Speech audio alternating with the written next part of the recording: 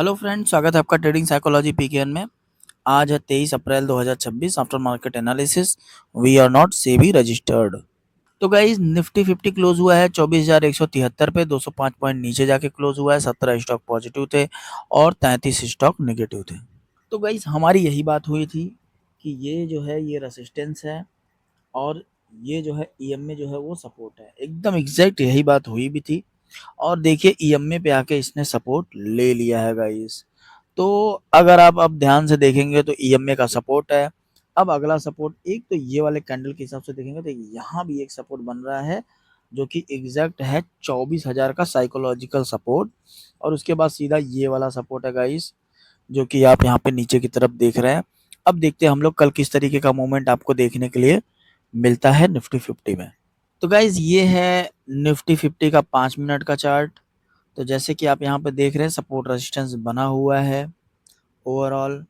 और अगर आप देखेंगे आज के कैंडल के हिसाब से देखेंगे तो जो पहला कैंडल बना हुआ है वो बना हुआ है रेड। और अगर उस रेड कैंडल को मार्क कर लें तो आप ध्यान से देखेंगे कि रेड कैंडल को मार्क करने के बाद नीचे की तरफ नहीं आया है। ये देखिए नीचे की तरफ नहीं आया है और धीरे धीरे ऊपर की तरफ गया है और एकदम एग्जैक्ट एमए पे आके यहाँ पे रेसिस्टेंस ले लिया और रेसिस्टेंस लेने के बाद सीधा नीचे की तरफ आया है मार्केट।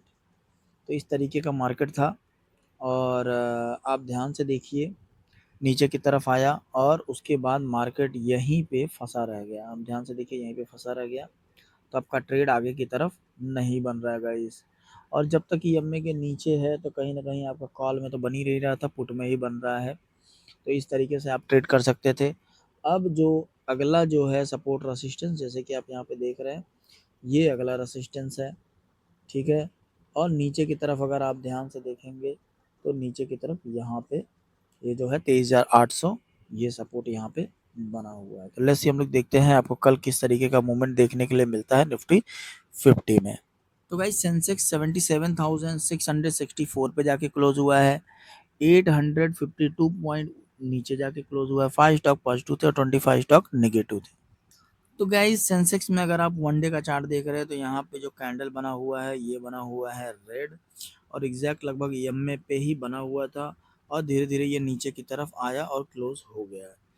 तो कहीं ना कहीं ये निगेटिव हो गया क्योंकि एमए के नीचे आ गया है। और अब अगला सपोर्ट ये वाला है जो कि आप यहाँ पे देख रहे हैं गाइस। तो ये एक अगला सपोर्ट है। अब लेट्स हम लोग देखते हैं आपको कल किस तरीके का मूवमेंट देखने के लिए मिलता है सेंसेक्स में।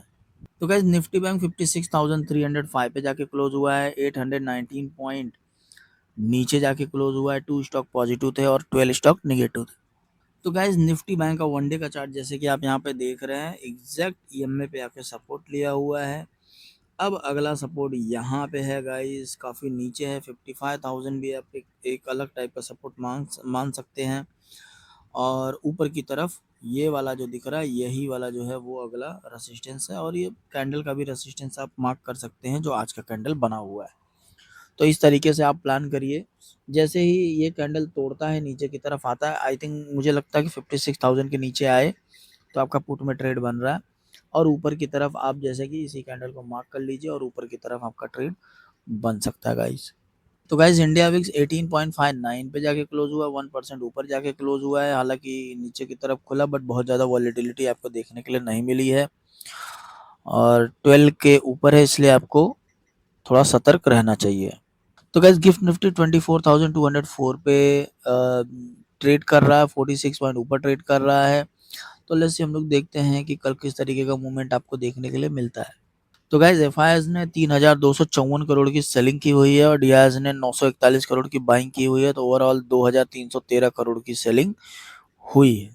तो गाइस जैसे कि आप यहाँ पे देख रहे हैं कि काफ़ी अच्छी खासी सेलिंग एफआईआईज के द्वारा हुआ है और एफआईआईज लगातार सेल वापस से करना चालू कर दिया है।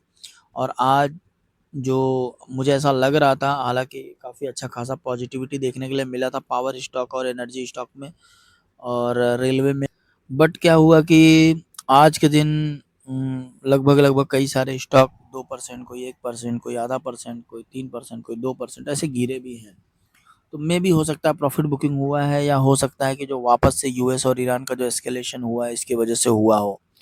तो लेट्स सी हम लोग देखते हैं कि मार्केट किस तरीके से कल के दिन रिएक्ट करता है न्यूज़ को लेके और युद्ध को लेके, और आप सोच समझ के ही ट्रेड करे गाइस। इंट्राडे तो बहुत ज़्यादा सोच समझ के करे, बिकॉज ज़्यादातर लोगों का लॉस ही होता है। लर्न करके ही अर्न किया जा सकता है, तो लर्निंग करें पहले, उसके बाद ही आप ट्रेडिंग में घुसें, शेयर मार्केट में घुसें। इवन अगर आप इन्वेस्ट भी करना चाहते हैं तो भी कोई कितना भी बोल दे कि ये स्टॉक खरीद लो, वो स्टॉक खरीद लो, लेकिन आप खुद का भी रिसर्च ज़रूर करें, क्योंकि आपका मेहनत का पैसा है।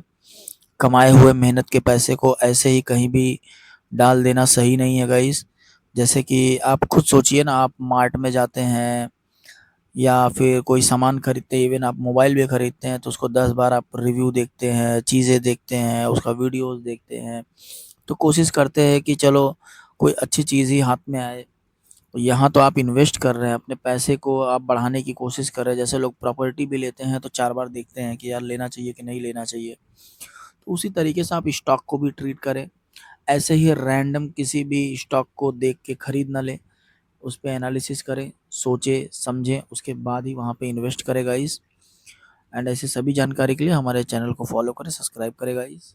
Thank you so much, have a great day, thank you.